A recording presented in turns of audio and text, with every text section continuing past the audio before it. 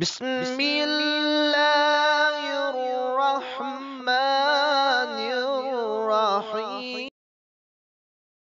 بسم اللہ الرحمن الرحیم الحمدللہ رب العالمین وصلی اللہ علی محمد وآل محمد۔ السلام علیکم ورحمۃ اللہ وبرکاتہ۔ یا علی مدد علیہ الصلاۃ والسلام۔ جیسا کہ ہمارے دیکھنے والے تمام احباب جانتے ہیں، ماہ محرم اور ماہ سفر میں ہم نے تاریخ کربلا پہ ایک سلسلہ وار گفتگو شروع کی کہ جو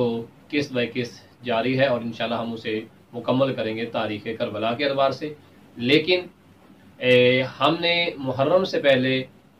ہر روز کے اعتبار سے یومیہ روٹین میں درپیش فقہی مسائل کے اعتبار سے جو ہے وہ ایک سلسلہ شروع کیا تھا، جس میں ہم اپنے تمام دیکھنے والوں کو یہ بتاتے تھے اس عنوان سے کہ آج کا فقہی مسئلہ، یعنی تعلیم میں، علم میں، فقہ میں اضافہ کرنے کے اعتبار سے میں ہر روز ایک فقہی مسئلہ جو ہے وہ یاد کر سکوں اور اپنے علم میں اضافہ کر سکوں۔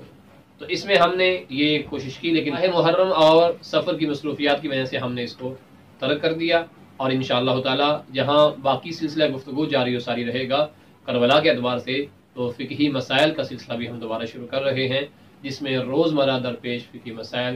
ہر